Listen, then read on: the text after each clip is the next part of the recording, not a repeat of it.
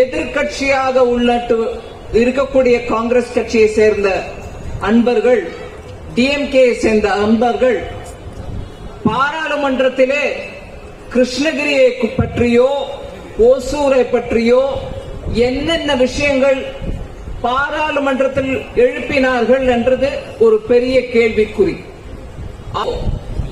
மழை காலத்திலையும் குளிர்காலத்திலையும் வரக்கூடிய பறவை மாதிரி வந்துட்டு போறாரு, மைக்ரேட்டரி பேர்டு மாதிரி வந்துட்டு போறாருன்னு சிஎம் அவர்கள் சொல்றாங்க.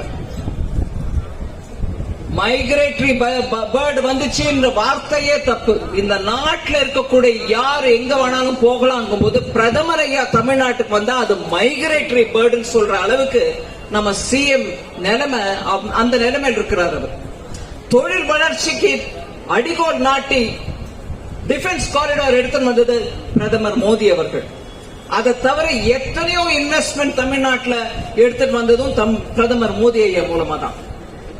இப்படியாக தமிழ்நாட்டுக்கு பிரதமர் வரும்போது ஒவ்வொரு முறையும் கருப்பு கொடி காமிச்சு திரும்பி போ மோடின்னு சொல்ற அவங்க இங்க ஒவ்வொரு மாவட்டத்திலையும் தொழில் எடுத்துட்டு வந்து நல்ல தொழில் நடக்கணும் வரும்போது அவங்க கலெக்ஷனுக்கு மாத்திரம் வந்துடுறாங்க.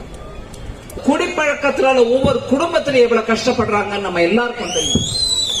அந்த குடிப்பழக்கத்துல நம்ம ஆட்கள் அடிமையாகாம அவங்களுக்கு நல்ல விதமா வேலை வாய்ப்பு கொடுத்து நல்ல குடும்பத்தை காப்பாற்றக்கூடிய அந்த செயல நம்ம எடுத்துட்டு வரணும்னு பார்த்துட்டு இருக்கையில அவங்க ஒரு குடும்பம் வாழணும்ன்றதுக்காக போதைப் பொருள்களை கூட இறக்குமதி பண்ணி நம்ம இளைஞருடைய வாழ்க்கை முழுக்க பாழாக்கும் அந்த குடும்பத்தை நம்ம திருப்பி ஒரு முறை கூட தேர்ந்தெடுக்க கூடாது என்பது என்னுடைய கைகூப்பி உங்களை கேட்டுக்கொள்ளக்கூடிய விண்ணப்பம். அந்த குடும்பத்தை தான் எடுத்துட்டு வருதுன்னு என்னமா நீங்க எப்படி காட்ட முடியும் அப்படின்னு நீங்க கேட்கலாம். கைது செய்யப்பட்ட அந்த ஜாஃபர் சாதிக் அந்த குடும்பத்தோட டைரக்ட் கனெக்ஷன் வச்சிருக்கிறார்ன்றதுக்கு எத்தனையோ ஆதாரம் நம்ம முன்னாடி இருக்கு. போதைப் பொருள்கள் மூலமாக கோடி கோடியா சம்பாதிச்சு தங்களுடைய குடும்பம் வாழணும்னு பாக்குறாங்க. போதை மூலமாக வரக்கூடிய ஆதாயத்துல பிழைக்கக்கூடிய எந்த குடும்பமும் வாழ்ந்ததில்லை. பிறரின் வாழ்க்கையை கெடுத்து, இளைஞரின் வாழ்க்கையை கெடுத்து அதன் மூலமாக வரக்கூடிய ஆதாயம் தமிழ்நாட்டுக்கு வேண்டவே வேண்டாம், எந்த குடும்பத்துக்கும் வேண்டாம். அந்த மாதிரி போதைப் பொருளை வைத்துக் கொண்டு அந்த ஆதாயத்தை வச்சுக்கொண்டு அரசியல் செய்யக்கூடிய அந்த குடும்பத்தை நம்ம நிராகரிக்கணும், முழுமையா அவங்கள தோக்கடிக்கணும். போதை தமிழ்நாட்டுக்கு வேண்டாம். அந்த சாராயம் ஒன்னே நம்மளால இன்னும் கட்டுப்படுத்த முடியாது இருக்கக்கூடிய இந்த நிலையில போதைப் பொருள்களை எடுத்துட்டு வரக்கூடிய இந்த குடும்பத்தை நமக்கு 4 கேள்வி கேட்கணும் நிக்க வச்சு. எப்படி நீங்க அது டைரக்டா நீங்க சப்போர்ட் பண்றீங்க? உங்க கட்சி அளவு அதை தவிர அவர் சம்பாதிச்ச ஆதாயத்தை வச்சு உங்க குடும்பத்தில் இருக்கக்கூடிய ஒரு உறுப்பினர் கோசம் ஒரு சினிமா கூட தயார் பண்ணவரு அப்படின்னு 4 கேள்வி நம்ம கேட்கதான் வேணும். ஓட்டு போடுற அன்னைக்கு ஏப்ரல் 19ஆம் தேதி தயவு பண்ணி நம்ம குடும்பத்துல உதயம் இல்லாமல் இருட்டை எடுத்துக்கொண்டு வர வேண்டிய அந்த திராவிட முன்னேற்ற கழகத்தை நிராகரிக்கணும். உதய சூரியன் அவங்க குடும்பத்துக்கு உதைக்குதோ இல்லையோ தமிழ்நாட்டுக்கு உதிக்கவில்லை.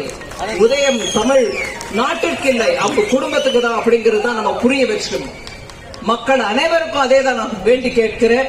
இந்த దేశం బాగుపడాలంటే కరప్షన్ లేనటువంటి నాయకత్వం కావాలి. తన కుటుంబం తన ఒక్క కుటుంబమే కావాలి, మిగతా వాళ్ళు ఏమైనా సరే అనే రకంగా ఆలోచించకుండా ఈ భారతదేశంలో ఉన్న అందరూ నా కుటుంబమే అని చెప్పే ఆ నేతృత్వం మనకు కావాలి. అది మోదీ అయ్యా ఇవ్వగలిగిన ఆ నేతృత్వం.